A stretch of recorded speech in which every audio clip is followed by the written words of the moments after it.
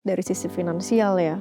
Karena apalagi kalau kita benar-benar menekuni dengan serius investasi di pasar modal, khususnya di pasar saham, ini tuh sangat amat bisa membantu kita dalam sisi perekonomian. Sebenarnya jangan sampai labil sih di market ya. Artinya maksudnya misal kita emang mau trading ya harus emang disiplin cut loss. Yang sering terjadi kan aku pun dulu waktu masih pemula ngalamin trading, saham turun, nyangkut, udah dibiarin, nggak berani cut loss. Jadi time horizonnya dipanjangin lagi, itu nggak ada kata terlambat untuk masuk pasar saham Indonesia gitu. Peluang untuk dapetin cuan banyak, untuk memperbaiki kondisi ekonomi teman-teman masing-masing. Circle itu menurutku salah satu faktor komunitas, yang maksudnya. Ya circle itu bisa komunitas, pertemanan kita gitu ya, nyari teman-teman yang sama-sama mau belajar investasi itu membantu banget sebenarnya. Jadi saking cegilnya aku Warren Buffett tuh dulu waktu masih lajang ya, omah aku jabanin sampai ke rumahnya. RUPS-nya memang belum pernah, sampai anakku pun lahir aku kasih kado ulang tahunnya itu sahamnya Berkshire Hathaway.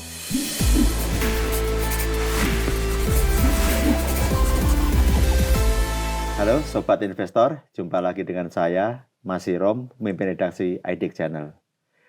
Kali ini dalam podcast The Fundamentals, saya kedatangan tamu istimewa nih, sahabat saya, investor muda, populer di kalangan pelaku pasar karena mengelola akun di IG dengan follower yang juta-juta gitu. Mbak Friska Devi Hoirina. Halo Mbak, selamat. Halo Mas Hirom. Datang di podcast The Fundamentals. Siap. Apa kabar nih? Alhamdulillah sehat. Sehat ya? Market masih naik turun, sehat-sehat aja ya? Sehat-sehat aja. Yang penting mentalnya tetap aman, waras. Siap. Jadi Mbak Friska ini pengelola akun dari Ngerti Saham ya Mbak ya? Ya, biasa dipanggil Mince sih sebenarnya. Apa? Orang taunya Mince. Mince? Oh, taunya Mince. Panggilan Mbak Friska itu Mince? Admin cewek. Admin ya? Admin cewek. Oh, Mince. Iya, Mince. Ini sosok aslinya nih, Mbak Friska. Mbak Friska, tertarik masuk pasar modal sejak kapan? Dan kapan mulai masuk? Tertarik tuh sebenarnya awal masuk kuliah ya, 2010 itu mungkin pas usia 18 tahun. Memang kuliahnya ekonomi ya? Ya kebetulan memang ambil jurusan manajemen ekonomi, dan waktu itu awal mulanya sih iseng-iseng ikut seminar pasar modal. Biasa kan dari Bursa Efek mengadakan ya sekolah pasar modal gitu, plus ada kompetisi, tapi kompetisi zaman dulu tuh masih offline, yang masih pakai papan tulis, nulis manual kayak gitu. Jadi aku masih sempat ngerasain itu dan iseng-iseng terus juara satu. Terus dapat uang. Di Undip tuh? Ya di Undip dulu, dapatlah uang dari bursa sebagai reward juara. Nah dari situ kayaknya makin tertarik, wah kayaknya seru nih kalau beneran gitu. Itu kan baru cuma kompetisi dan pakai simulasi gitu. Apalagi kalau misal nyoba invest pakai uang beneran. Nah itu jadi titik awal aku akhirnya tertarik belajar lebih dalam tentang pasar modal. Ya walaupun di jurusan sebenarnya ada, tapi kan nggak spesifik bahas prakteknya kan gitu. Berarti dulu belajar di kuliah, ikut simulasi, terus ya udahlah praktek gitu ya? Iya, terus tambah akhirnya gabung jadi aktivis kelompok studi pasar modal di zaman itu. Sekarang masih ada kok, masih ada. Iya, KSPM sekarang masih ada memang. Jadi berarti sekitar usia berapa tuh? 18 tahun ya? Iya, 18 tahun. 18 tahun udah masuk di pasar modal gitu. Iya, mulai belajar. Keren sih, masih muda udah masuk di sana gitu. Meskipun sebenarnya dulu dari universitas di daerah ya. Iya, dan dulu kan belum se-booming sekarang pasar modal. Iya. Jadi tahun berapa itu ya? 2010, zaman IHSG masih 3.000 something kalau nggak salah. 2010 ya? Iya. Aku masih inget sih itu dulu 3.000 sekian IHSG-nya masih. Satu lot masih 500. IHSG waktu itu 3.000-an, sekarang udah 7.000. Naik turun. Ya, 7.600-an, bahkan sempat 9.000 kemarin kan. Bener. Waktu itu boleh cerita nggak sama apa yang dibeli? Waktu pertama kali ingat nggak? Ingat. Dulu karena modal kan masih receh ya, namanya juga mahasiswa, modal ya dari mana lagi kalau nggak cuma nyisihin dari uang saku. Dulu pertama kali beli ada saham BKSL. Bukit Sentul ya. Terus satu lagi dulu sekalian beli 2 itu kalau nggak salah tuh Penny N. Penin Group ya. Gitu. Oh, Penin. Iya.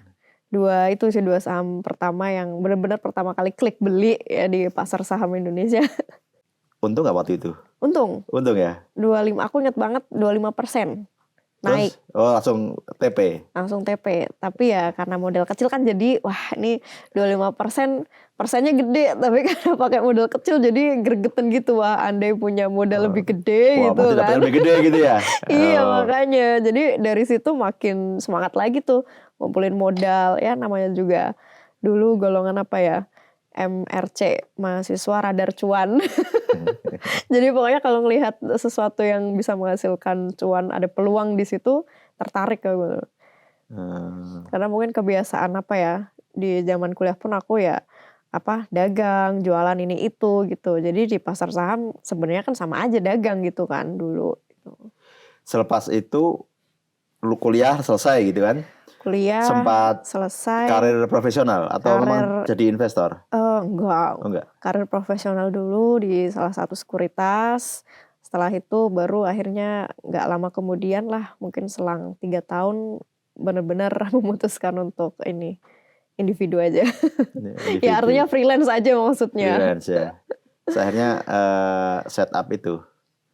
Ngerti saham? Iya, setup ngerti saham itu di tahun 2018. 2018 ya? Iya, 2018. 2018 sekarang followernya udah 1,6 jutaan ya? 1,6 ya. 1,6 juta loh. Jadi berapa tahun tuh? 7 tahun ya.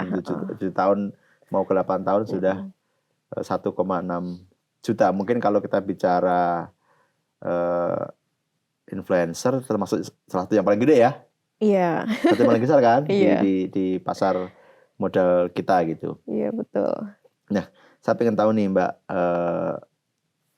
Friska, apa yang didapat dari pengalaman selama ini gitu? Investasi di pasar modal itu kayak apa sih gitu? Pengalaman yang didapat tentu banyak sih, terutama ya pasti yang didapat dari sisi finansial ya. Ya karena apalagi kalau kita benar-benar menekuni dengan serius investasi di pasar modal, khususnya di pasar saham, ini tuh sangat amat bisa membantu kita dalam sisi perekonomian. Ya let's say misal aku tim perintis gitu ibaratnya, bukan tim pewaris kayak Rafathar ya gitu. Ini sebagai tim perintis merasa terbantu keluar dari zona ekonomi yang mungkin dirasa serba pas-pasan, tapi dengan kenal saham itu benar-benar sangat merubah balik ya, dijungkir balikan gitu kondisi ekonomiku sendiri gitu. Jadi sangat bermanfaat banget. Makanya aku di ngerti saham ataupun pas lagi kopdar offline selalu ngasih wejangan ke teman-teman yang pemula, benar-benar pelan-pelan aja, tapi yang penting konsisten gitu. Karena kalau nggak dimulai dari 100.000 ya kapan kita mencapai 1 miliar gitu. Kalau nggak dimulai dari 100.000 kapan kita nanti bisa menyentuh mungkin 10 miliar atau lebih kayak gitu. Jadi memang harus pelan, konsisten, ya sabar juga pastinya. Namanya juga saham naik turun, harus terus nggak harus terus dipantau maksudnya. Dari tahun 2010 sampai sekarang tahun 2026, 16 tahun ya berarti di capital market gitu. Ada pengalaman yang paling berkesan nggak? Atau saham tertentu yang paling berkesan nggak? Pengalaman paling berkesan pasar modal Indonesia tuh jujur dulu yang membawaku bisa ke Amerika di World Bank waktu itu, mewakili salah satu community investor buat present. How to capital market works in Indonesia kayak gitu. Keren. Ya, dan bahas ke human capital juga. Jadi itu salah satu menurutku yang paling berkesan. Jadi nggak cuma dapet cuan, tapi dari sini jadi pintu gerbangku untuk bisa go internasional tuh dari capital market gitu. Keren banget ya. Itu yang paling berkesan sampai detik ini sih. Kayaknya kalau bukan aku passionate di pasar modal, kayaknya nggak akan bisa membawaku sampai ke sana gitu. Sebenarnya yang membuat pertama kali tertarik karena itu tadi simulasi, terus wah ternyata saya juara 1 gitu ya. Terus ini baru cuan bohongan aja kok kayaknya seru, apalagi kalau cuan beneran gitu kan. Jadi ya nyobain lah dari situ. Kalau kita bicara ini, sekarang kan banyak aliran lah, ada aliran nggak sesat lah. Kadang semua kan tergantung profil risiko masing-masing ya. Bener.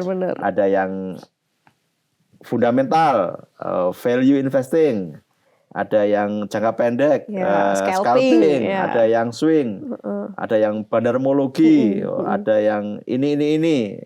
Kalau Mbak Friska melihat itu gimana? Sebenarnya melihat fenomena itu di era sekarang menurutku sih wajar-wajar aja ya, karena kan pengembangan ilmu itu pasti dari tahun ke tahun banyak. Walaupun di eraku dulu mungkin ya orang masih belum begitu familiar dengan istilah bandarmologi lah, scalping, zaman dulu sangat amat dikit lah. Ya karena kenal trading aja juga boro-boro gitu ya. Jadi menurutku wajar-wajar aja, sah-sah aja, orang mau pakai strategi yang mana ya selama mereka memang menguasai ilmunya nggak masalah kayak gitu. Asal ya nggak FOMO hanya sekedar karena ikut-ikutan tanpa ada landasan eee, yang mendasari lah ya untuk beli saham tersebut. Nah itu mungkin yang lebih salah. Jadi menurutku sah-sah aja dan it's normal gitu pengembangan ilmu dari tahun ke tahun di industri saham ini. Nggak tahu besok-besok mungkin ada ilmu cocok logi lah atau Iya. ya karena, kita yang mungkin udah dari dulu ngamatin kan maksudnya industri pasar saham makin berkembang, generasi sekarang juga makin kritis segala macam, dari sisi keilmuan pun juga banyak istilah baru, tren-tren baru tadi. Jadi menurutku ya udah kita memang harus menikmati aja proses pertumbuhan itu gitu. Kalau Mbak Friska sendiri untuk yang investasi sendiri ya, itu cenderung aliran yang mana? Aku sebenarnya dulu aliran trader. Oh, dulu trader. Dulu, karena kan modal masih terbatas jujur ya. Jadi waktu itu juga belum kepikiran untuk long term invest ya. Umur 18 tahun mau invest long term apaan gitu ya. Belum kepikiran dana pensiun lah, dana pendidikan gitu. Jadi ya jujur dulu lebih banyak belajar trading ya. Karena waktu masih mendukung, ilmu ya masih mau belajar. Nah semenjak mulai mungkin udah berumah tangga, udah punya anak, aku lebih dominan ke long term invest sambil ya swing dikit-dikit gitu. Apalagi sekarang aku memang jujur lebih banyak lagi aktif-aktifnya belajar ke foreign market di market bursa luar gitu. Wow, sekarang dulu 18 tahun masuk pasar saham Indonesia. Sekarang udah merambah pasar global nih. Iya. Pasar mana aja tuh? Sejauh ini baru US, China pun masih yang Shenzhen Stock Exchange sama Tadawul, Saudi Arabia. Luar biasa. Udah kemana-mana. Ya biar go global. Iya. Selama di pasar saham Indonesia pernah nggak multi bagger gitu? Multi bagger enggak pernah ya? Karena kan aku dulu seringnya trading ya. Maksudnya bukan yang menunggu sampai cuan multi bagger itu tadi. Kadang biasanya TP udah 20% udah berapa TP kayak gitu. Ya cuan tipis-tipis bungkus kayak gitu. Kadang swing pun sampai sekarang masih tetap berlaku kayak gitu. Cuan-cuan tipis bungkus gitu. Kalau long term lebih ngandelin dividen. Oh dividen. Ya. Berarti nyari yang dividen yieldnya tinggi ya? Iya, ya pokoknya minimal di atas 3% kayak indikatornya Warren Buffett ya. Ya udahlah oke kayak gitu. Oh, itu yang untuk long term. Iya, untuk long term. Yang untuk long term tadi dalam satu porto berapa banyak sahamnya? Enggak banyak. Enggak banyak. Enggak. Aku tuh semenjak mungkin enggak aktif trading ya. Ya trading pun juga dulu paling cuma beberapa saham ya. Enggak sampai 5 lah, enggak sampai 5 emiten. Iya. Rugi pernah? Ya pasti pernah. Cut loss gitu pernah? Oh pernah. Pernah. Ya semua pemula dulu di era masa-masa newbie pasti pernah ngalamin cut loss. Ya even pas pandemi pun rugi banyak tapi ya floating loss sih. Nggak sampai cut loss itu juga pernah. Di atas 50% floating loss pernah juga. Di portonya? Di portonya. Pas kemarin COVID ya? Pas COVID. Jadi pernah pegang salah satu saham di Wall Street tapi dia emiten China. Turun tuh pandemi sampai 65%. Ya aku tetap hold. Karena udah balik? Udah cuan. Wah. Ya pas pandemi kayaknya semua saham bagus ya turun semua sih. Itu gila-gilaan turunnya. Kalau cut loss pernah gede juga? Cut loss gede pernah secara persentase ya pernah. Di atas, kalau gedenya sih paling mungkin di atas 20% lah. Iya. Tapi enggak yang sampai di atas 50% itu cut loss belum pernah sih. Setiap hari sekarang ngeliatin market nggak? Enggak. Oh enggak ya? Enggak. Ngeliatin paling untuk sekedar kebutuhan bikin konten. Ya, tapi dalam artian bukan yang untuk mempengaruhi keputusan investasi itu enggak gitu. Karena mungkin ya udah bukan fasenya ya. Maksudnya faseku waktu yang mantengin market tiap hari terus ngeliatin saham itu mungkin udah di 5 tahun awal dulu ya, 2010 sampai 2015 lah. Tapi setelah itu kan rata-rata psikologi kita pasti udah kebentuk dengan baik gitu. Artinya udah nggak gampang terdistraksi dengan berita atau isu lah, rumor segala macem. Jadi mantengin market cuma sebatas ya baca berita.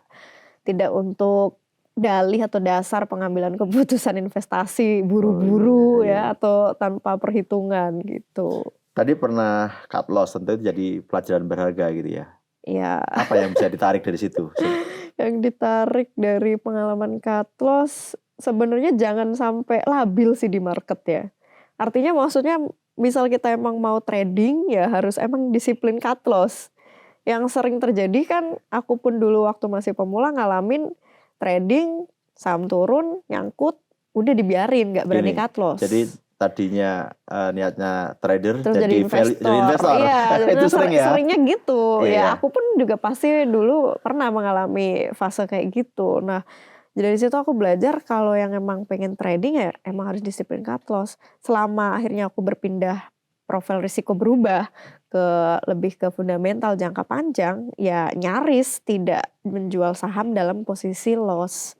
Karena prinsip sederhana orang dagang aja kan, jual ketika untung gitu. Selama sahamnya bagus ya udah biarin aja. Mau naik turun santai aja ya. Santai aja lah, aku tetap tiap hari ngurus anak, antar jemput sekolah, udah tinggal aktivitas aja gitu. Jadi memang harus dari awal kita harus menentukan kan, ini saya mau jadi trader atau mau jadi investor kan. Betul. Berarti akunnya dipisah antara yang untuk trading sama untuk yang long investment. Aku pribadi enaknya dipisah seperti itu. Karena aku menyadari sih namanya profil risiko itu bisa berubah sewaktu-waktu ya. Artinya mungkin sekarang karena anak-anakku masih kecil nih, aku jadi lebih dominan nggak bakal sempat trading. Tapi kan nggak menutup kemungkinan karena dari awal aku dulu suka belajar trading, mungkin pas anak-anak udah gede, udah pada udah bisa mandiri, mungkin aku bisa aktif lagi trading gitu. Jadi biasanya profil risiko ini benar-benar menyesuaikan situasi kondisi kita saat ini gitu. Sewaktu-waktu bisa berubah. Jadi nggak usah terlalu saklek lah gitu ibaratnya. Ada punya berapa akun di pasar saham Indonesia? Nggak banyak. Tapi yang pasti dipisah ya tadi ya. Dipisah antara yang untuk kepentingan trading kalau masih mau sama yang untuk kebutuhan investasi jangka panjang gitu. Ya biar lebih gampang kontrolnya sebenarnya. Berarti kayak kemarin ada berita yang MSCI terus perang, nggak terlalu stres gitu ngeliatin porto gitu ya. Ya untuk kita yang jam terbangnya udah tinggi sih sebenarnya enggak ya Mas. Tapi kan kalau kita ngelihat teman-teman newbie pemula di luar sana, ya pasti mereka panik dan itu kan hal yang wajar lumrah. Jadi kalau ditanyakan ke aku tentu jawabannya tidak sama sekali gitu. Mau dunia jungkir balik gimana, ya paling kita jadi langsung mikir strateginya kan. Wah gimana nih, apakah mulai kita naikin likuiditas, cash positionnya kita naikin gitu, injek modal lagi untuk serok sewaktu-waktu apa gimana. Jadi mungkin buat teman-teman yang udah lama di market mungkin lebih mikir ke strateginya gimana nih jangka pendek ngadepin market kayak gini gitu. Tuh kalau sudah jam terbangnya tinggi kayak gini nih. Jadi market turun malah nambah RDN ya, top up RDN ya. Iya mikirnya aduh nih harus top up lagi nih kalau ada ini yang diskon turun sayang banget cuma jadi penonton gitu. Iya. Sering nggak ngalamin seumpama FOMO gitu, jadi kayak taruhlah tahun lalu saham-saham Konglo naik banyak, sementara saham-saham Mbak Friska ya naiknya kan pelan-pelan. Kalau untuk long investor itu perasaan gitu ada nggak? Wah kenapa saya nggak beli saham ini gitu? Kalau beli kan saya bisa udah cuan banyak gitu. Sering nggak kayak gitu? Ada tapi nggak sering ya. Perasaan kayak gitu ada sih. Wah ini yang Gen Z kan biasanya pada ini ya FOMO saham-saham Konglo ya belakangan ini gitu. Tapi ya aku tetap strike sesuai ini sesuai kebunku aja lah, ngurusin kebun sendiri gitu, ngurusin porto iya, sendiri iya, gitu. iya. Jadi nggak terlalu terus distraksi melihat kebun orang-orang, wah cuannya luber, ya mau cuan sampai multi bagger ternyata punyanya 2 lot ya percuma juga gitu. Oh, Ya iya, mungkin iya. karena aku udah cukup lama, jadi ya udah lebih optimize di lotnya, dividennya lebih dapat gede, ya passive income lah ibaratnya ngejarnya di situ gitu. Jadi mau dia up and down lah, ada saham-saham lain yang lebih menarik yang bikin FOMO generasi sekarang, aku udah nggak begitu pusing. Nggak betul sih. Jadi memang orientasinya Mbak Friska ini kalau untuk yang long term itu yang kasih dividen tinggi ya. Iya, pokoknya yang rutin bagi dividen. Karena Rutin menurutku bagi. sih kalau di saham rugi sih kalau kita pegang, apalagi misal saham Indonesia yang notabene kita tahu hampir semua emiten tuh royal banget gitu bagi-bagi dividen. Kalau beli tapi dia nggak pernah bagi dividen kayak ya potensi double income-nya gagal. Jadi cuma dapat capital gain doang gitu. Iya. Jadi 1 capital gain, 2 dividen. Iya, Dan di situ aja ya, fokus di situ ya. fokus di situ. Ya sesekali tambahan dari swing-swing itu tadi. Kalau swing pilihannya kayak apa biasanya? Ngeliatin Swing apa yang lebih dilihat? ke momentum aja sih dari Momentum. teknikal. Kalau swing kan emang mau nggak mau kan kita ya pelajarin teknikal ya, biar bisa tahu potensi ininya buat swingnya upside-nya berapa persen kayak gitu. Jadi lebih ke momentum. Walaupun nggak sering tapi adalah sekian porsi porto memang untuk swing gitu. Ada teman kemarin juga kita podcast kan, porto anti badai gitu. Porto anti Ya badai. memang yang Bukan bulu mata anti badai ya. yang apa fluktuasinya itu kecil meskipun di tengah berbagai gejolak di market ya. Mungkin juga sama tuh saham-saham yang dividennya rutin memberikan, fundamentalnya bagus Ya, gitu. yang sektornya mungkin lebih defensif ya. Ya, lihat defensif gitu. Untuk anak-anak muda nih yang ingin masuk ke market atau yang baru masuk ke market, ada pesan atau nasihat nggak yang ingin disampaikan? Pesan nasihat untuk generasi sekarang, yang jelas sih jangan merasa telat sih. Karena seringkali aku dengar atau terima DM lah gitu. Kalau masuk pasar saham sekarang telat gak sih IHSG udah sekian-sekian. Ya mungkin itu yang aku rasakan dulu waktu masuk pas IHSG 3.000. Kenapa nggak dari zaman IHSG 500? Ya, inti dari itu ya pasar saham kita sih potensinya masih sangat gede banget gitu. Nggak menutup kemungkinan lah di tahun sekian target di atas 10.000 belasan ribu itu akan tercapai. Ya nyatanya dari 2010 3.000 ke sekarang 2026 pernah ATH sampai 9.000 aja itu bisa tercapai. Jadi kalau kita mau main time horizonnya dipanjangin lagi, itu nggak ada kata terlambat untuk masuk pasar saham Indonesia gitu. Peluang untuk dapetin cuan banyak, untuk memperbaiki kondisi ekonomi teman-teman masing-masing yang dirasa mungkin saat ini sedang sempit kayak gitu, itu bisa banget didapatkan dari pasar saham Indonesia. Ya asal mau belajar, sabar, konsisten aja gitu. Dan jangan gampang FOMO itu tadi. Yang paling rawan tuh FOMO sebenarnya. Karena sekarang banyak situs segala macam yang bikin orang jadi ke-trigger untuk gegabah ngambil keputusan. Akhirnya ya udah FOMO jadinya. Nah, ini penting ini. Banyak situs, banyak akun, Betul. banyak influencer mungkin yang menawarkan nih, oh ini kayaknya saham ini bagus, saham ini bagus, saham ini bagus. Pom-pom. Kalau menurut Mbak Friska ya, sepengalaman Mbak Friska, gimana sebetulnya kita memfilter informasi-informasi yang berseliweran itu? Sebenarnya tuh cara memfilter itu paling gampang sih. Kita cross check aja sama data gitu. Kalau misal kita kena pom-pom ya atau kena inilah banyak forward-an berita-berita segala macam, ya kita cross check aja ke datanya. Mungkin bisa ambil dari website emitennya atau website IDX, bener apa enggak, misal ada rumors atau apa, itu kan semua bisa di make sure dari data itu sendiri. Jadi orang nggak gampang dapat dari berita-berita itu langsung dia eksekusi, padahal itu cuma sekedar rumors atau ya sekedar itu doang, sentimen belaka doang gitu, bukan memang faktanya enggak kayak gitu. Harus pintar-pintar milah-milah account yang di follow mungkin ya, terus juga butuh circle sebenarnya. Circle ya? Iya, circle itu menurutku salah satu faktor komunitas, yang maksudnya. Ya circle itu bisa komunitas, pertemanan kita gitu ya, nyari teman-teman yang sama-sama mau belajar investasi itu membantu banget sebenarnya. Meminimalisir lah, saling mengingatkan kan biasanya di circle itu jangan FOMO, apa ini nggak bener segala macam. Itu fungsinya circle atau komunitas seperti itu. Karena jujur aku pun bisa survive di market sampai detik ini ya karena masih menjaga hubungan ya dengan teman-teman yang memang di zaman itu kita masih sama-sama belajar investasi ya, menjaga circle investasi itu sendiri tuh penting untuk menjaga apa ya umur investasi kita biar awet gitu. Iya. Kalau Mbak Friska belajar khusus nggak, seumpama dulu ikut kelas pasar modal? Iya. Sebenarnya enggak. Oh, enggak ya? Otodidak. Otodidak Ya kelas yang aku ikuti ya cuma sekolah pasar modal. Oh, sekolah modal ya. SPM Bursa itu satu-satunya kelas yang zaman dulu aku ikuti. Setelah itu karena banyak buku-buku ya, Google, YouTube, ya udah aku otodidak semua dari situ. Jadi ya learning by doing selebihnya. Selebihnya learning by doing ya. Ya belajar dari Mr. Market ya kalau kata orang. Ada nggak mungkin investor yang jadi idola gitu? Warren Buffett sih. Warren Buffett ya. Aku termasuk yang cegil ya. Kalau orang kan cegil ke aktor-aktor Korea gitu ya. Aku cegilnya ke Warren Buffett. Even sampai Omaha aja aku datengin tuh. Apa?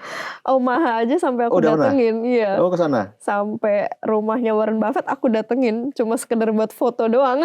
Tapi belum ketemu orangnya ya? Belum. Kan ada tuh kadang tiap tahun dia ngadain makan siang atau dinner gitu ya. Jadi saking cegilnya aku Warren Buffett tuh dulu waktu masih lajang ya. Omaha aku jabanin sampai ke rumahnya. RUPS-nya memang belum pernah, sampai anakku pun lahir. Aku kasih kado ulang tahunnya itu sahamnya Berkshire Hathaway. Wah.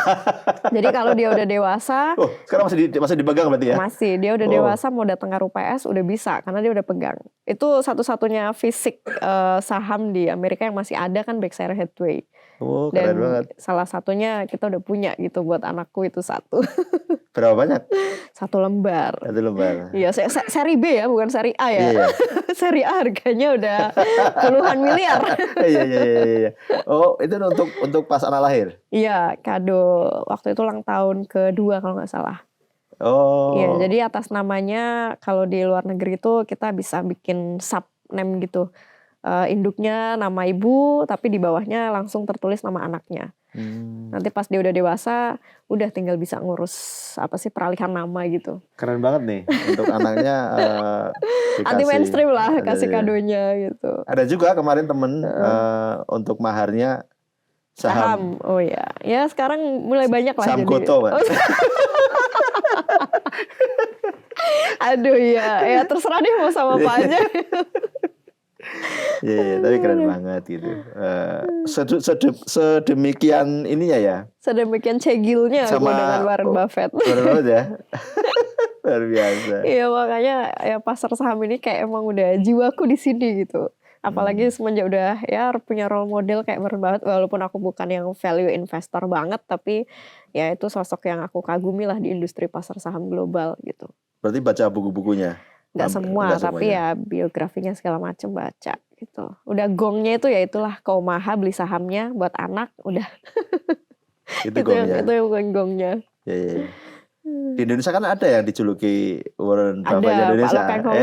Kami bertemu tuh. Kami bertemu sama-sama saling nunjukin. Ini pas foto kita depan rumah Warren Buffett. Ya cuma beda musim. Pak Lokeng Hong pas foto ke rumah Warren Buffett itu musim panas kalau nggak salah, summer.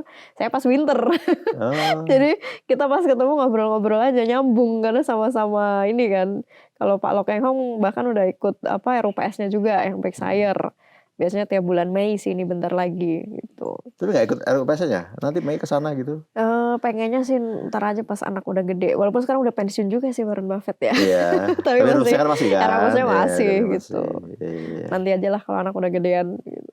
Biar dia bisa ikut masuk, ngeliat sendiri gitu. Oh ini loh saham yang aku punya, bisa ikut RUPS ke Amerika, Berkshire Hathaway gitu. Kalau sekarang diajak dia belum tahu apa-apa. Iya. Keren banget nih, keren banget. Sedemikian terobsesinya sama. Iya. Memang investor legend ya. Iya, the legend investor. Gitu. Kalau di Indonesia Pak Lo berarti ya? Pak Lo, iya. Keren Pak Lo juga. Iya. Kalau ini satu atau berapa faktor? 3 faktor lah yang menurut Mbak Priska jadi penentu kesuksesan orang untuk investasi di pasar saham apa aja? Penentu pertama punya goals yang jelas ya. Goals ini mungkin lebih ke tujuan atau target return yang jelas, yang realistisnya dia yang ingin digapai dari investasi saham ini tiap tahun berapa gitu. Karena semakin idealis seorang investor itu biasanya nggak akan punya umur investasi yang panjang di market. Artinya maksudnya dia nggak bisa survive gitu. Ya contoh misal, wah dengan modal segini setahun biar bisa cuan 100%. Itu kan terlalu idealis ya. Nggak Itu bukan melihat. idealis itu. Itu nggak realistis sekali. Terlalu ngayal. Kan generasi sekarang pengen cepat jadi OKB. Iya. Itu masalahnya di situ. Itu yang pertama, harus punya target return yang realistis.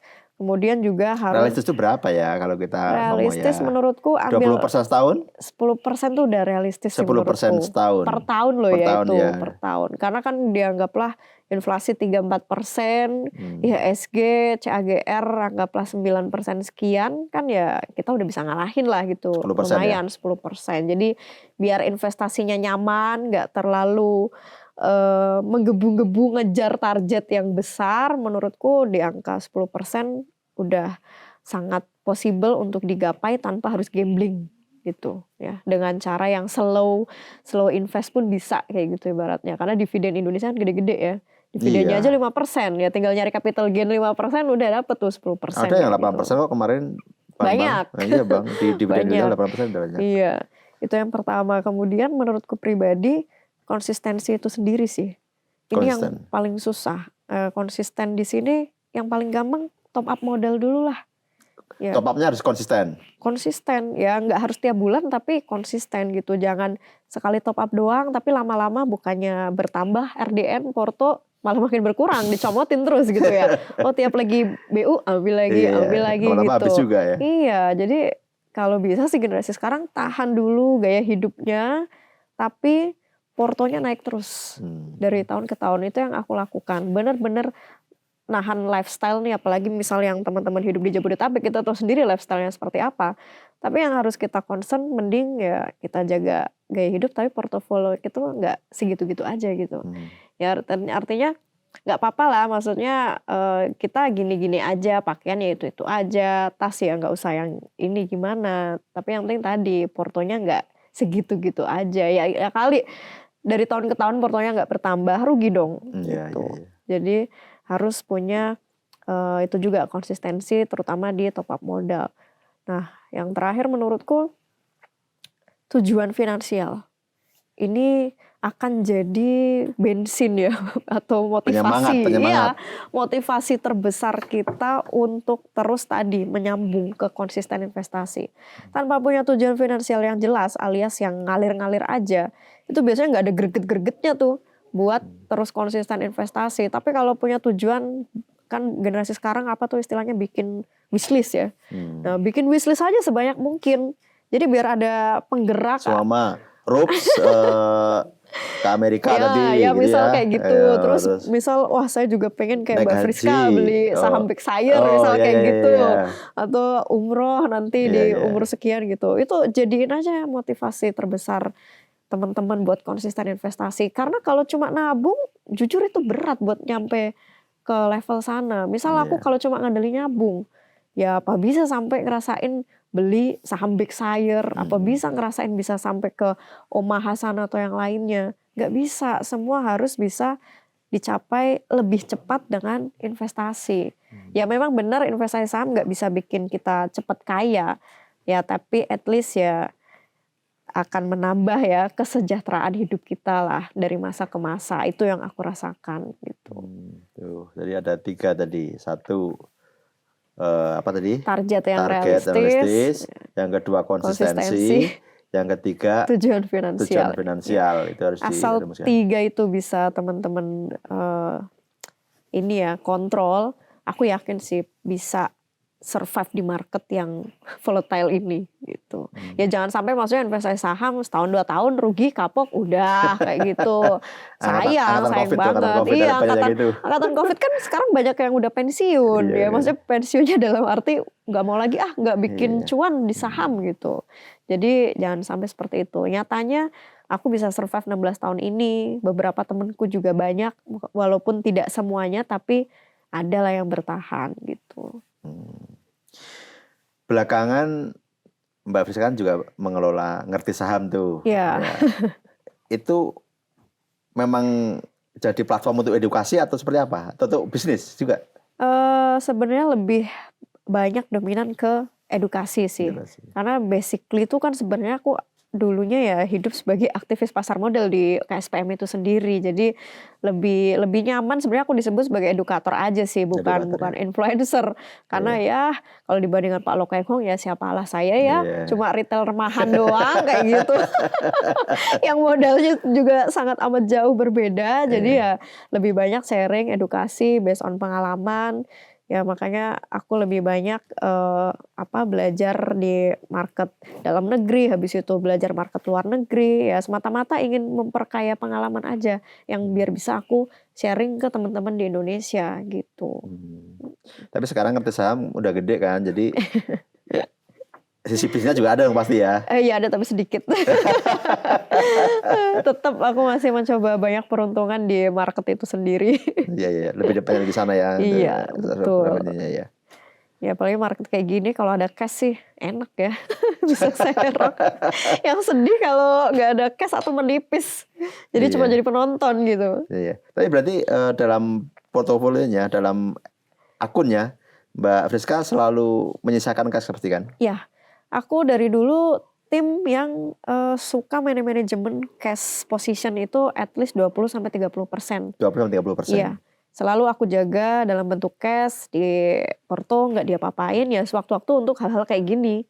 Ya market ambruk, harga saham yang ku beli turun, lumayan bisa nambah atau saham baru beli baru kayak gitu. Kalau udah nol ya udah kumpulin lagi. Kumpulin lagi masukin situ. Iya gitu ya. harus top up lagi ya udah gitu terus aja ininya siklusnya. Oke. Di fundamentalnya ada ini Mbak, ada namanya gimmick lah, this or that gitu. Games, oh iya ya game kekinian lah ya. Kan juga sih. Generasi sekarang kan sih gitu. Iya.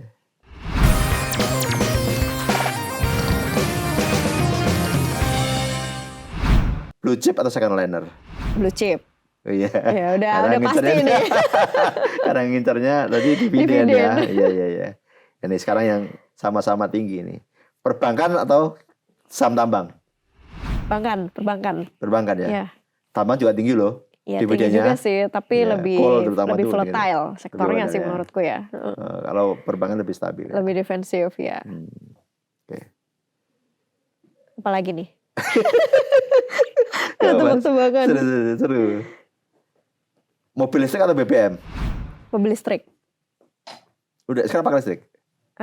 Kata teman-temanku yang pakai jauh lebih hemat. Sekarang udah pakai listrik ya? Dan aku ya pemegang saham mobil listrik.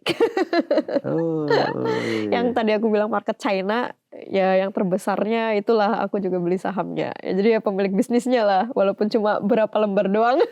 Indonesia juga udah ada, sekarang udah mulai ada sih, kan, udah yang emiten yang memasarkan mobil listrik udah ada tuh. Belum beli sahamnya tapi ya? Belum, baru yang di market China doang. Belum market China ya? Iya. Nah ini, kalau suatu saat nih, udah sekarang kan tinggal di kota. Suatu saat udah pensiun lah, pengen menikmati masa tua. Pengen tinggal di kota atau di desa? Kota. Wah ini nih. Karena deket bandara. Kota ya? Karena jujur aku hobinya tuh nge-trip. Jadi traveling ya? Iya, kalau jauh dari bandara tuh kayak, waduh, nambahin kos. Kosnya jadi banyak gitu. Sering banget ya frekuensi naik pesawatnya? Iya nggak sering tapi at least tiap tahun pas libur anak sekolah kayak gitu ya kita ajak nge-trip keluar atau di dalam kayak gitu. Ya karena emang dari zaman lajang pun aku emang hobi keliling Indonesia dulu. Sabang Merauke kayaknya hampir semua udah tinggal 8 provinsi lah yang belum kujamah. Oh, Ya jadi iya. kayak hidup jauh dari airport.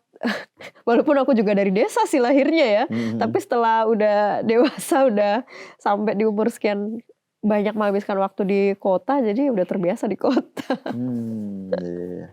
Nggak ingin balik ke Jawa Tengah gitu, Mbak? Belum. Belum ya, iya. Gunung atau pantai? Pantai. Pantai. Iya. Karena saya anak Pantura. Oh, iya, dari kecil ya udah ini Iya. ya. Berarti kalau traveling juga lebih seneng ke Enggak juga sih ya. Maka traveling malah lebih ke apa? Ke ini ya, city view gitu ya. langsung review. Iya. Nyari yang di Indonesia nggak ada maksudnya. Mungkin karena dulu karena sempet ke US gitu ya, jadi kayak terkesima gitu ngelihat negara maju, akhirnya ke-trigger gitu, pengen lihat negara-negara maju lain. Oh, yang selama ini paling berkesan dikunjungi Amerika ya berarti ya itu ya? Ya US sama China sih kayaknya. China yang lainnya. Iya. Ya, sekarang mereka China yang sekarang kan maju luar banget, biasa, iya. maju sekali. Ya teknologinya gitu. Heeh. Iya. Lari atau renang? Lari. Sering. Enggak, karena nggak bisa renang. Anak Pantura nggak bisa renang nih anak Pantura. Walaupun demen pantai tapi nggak bisa renang. Iya. Iya. Aneh juga nih. Kalau Pantura mestinya jago ya. Iya, tapi nggak bisa. Iya. Padel atau tenis? Tenis aja deh. Oh, padel nggak suka? Belum pernah. Belum pernah? Iya. Oh, asik loh. Kan Nggak- lagi pada banyak yang FOMO ya, Iya, padel. FOMO nggak lebih capek sih. Iya. Kalau apa ya namanya ke depan gitu. Heeh. Menurut Mbak Friska kira-kira pasar modal Indonesia ke depan kayak apa ya? Pasar modal Indonesia, Ya. wah akan jadi shining sih kayaknya ya. Brighter lah pastinya, lebih cerah. Iya. Karena aku beranggapan sekarang kan jumlah investor Indonesia juga masih dikit ya. Kalau SID Belum kan sekitar 11 juta kalau nggak salah ya. yang untuk semua pasar Saham. modal sebenarnya udah 20-an. Iya, tapi untuk saham kan masih iya. sedikit Iya. gitu. Jadi ibaratnya 10% dari total penduduk aja belum ada. Ya Hmm. kuenya tuh masih gede banget. Bayangin kalau nggak usah 50% lah, 30% aja dari jumlah penduduk udah jadi investor saham, kebayang IHSG keangkat berapa gitu. Jadi potensi yang aku lihat di sini masih gede banget untuk pasar saham Indonesia. IHSG ya sekarang biarin aja lah naik turun 9.000, turun lagi ke 7.000 gitu. Ntar juga diamin 10 tahun juga 15.000 mungkin. Ya kayak aku aja diamin IHSG dulu 3.000 2010, ya tahu-tahu pernah ATH 9.000 gitu. Aku malah dulu liputan awal-awal 300 tuh. Nah kan? IHSG. Wah ini lebih suhu ini, Iya, lebih suhu. 300, waduh sekarang 9.000 ya. Nggak bayangkan juga ya. Iya jauh. makanya kan. Iya. Kalau kita mau main time horizon panjang mah gak usah terlalu khawatir sama potensi IHSG. Bagus pasti di masa depan. Jadi bagus ya. Iya. Optimis. Pasar modal Indonesia tuh masih legit ya. Oh iya, masih punya potensi besar ya. Iya. Tuh, jadi masih punya potensi besar, jangan sampai ketinggalan. Iya, jangan cuma jadi penonton. Jangan cuma jadi ya. penonton. Potensinya besar untuk anak-anak muda juga, potensinya Iya. besar gitu. Tadi Mbak Friska aja menyesal kenapa baru mengenal pas 18 tahun ya kan? Coba kalau pas 500 aku lahir udah langsung Udah ini ya. tambah kaya dia. Amin gitu. Baik, demikian tadi perbincangan saya dengan Mbak Friska. Founder ngerti saham ya. Salah satu akun edukator di pasar modal yang besar gitu. Semoga bermanfaat bagi kita semua. Saya Mas Rom, undur diri.